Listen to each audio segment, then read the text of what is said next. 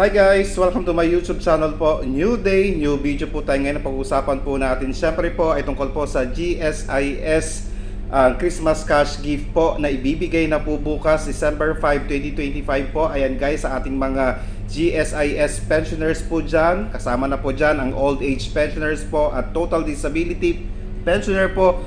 Bukas ninyo na po makukuha ang inyong cash gift or Christmas cash gift mo mula sa GSIS. Ayan po. Dahil nga po ang December 8, which is Monday, ay special non-working holiday po. So pakicheck po ang ating mga ATM accounts or ATM cards tomorrow po sa ating mga GSIS pensioners po na may mga online banking po. Mas madali po yun na ma-check kung ito po ay dumating na o darating na po bukas yan. Ayan po guys. So sa ating mga GSIS pensioners po, abang-abang na po kayo. At syempre po, huwag po nating kalimutang mag-comply ng APIR or annual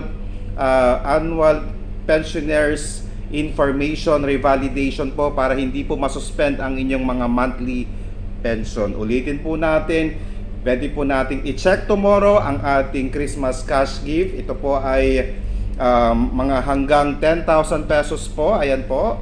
At yung mga pensioners po natin below 10,000 naman po, kung ano man po yung natatanggap po ninyong amount, yun din po ang magiging Christmas cash gift po ninyo.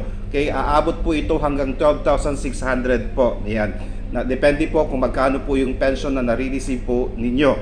Okay, so sa ating mga GSIS pensioners, again, i-check nyo na po kung may online banking po kayo, mas madali na pong makita kung dumating na po ito sa inyong mga bangko. Maraming salamat po and stay safe. Bye-bye!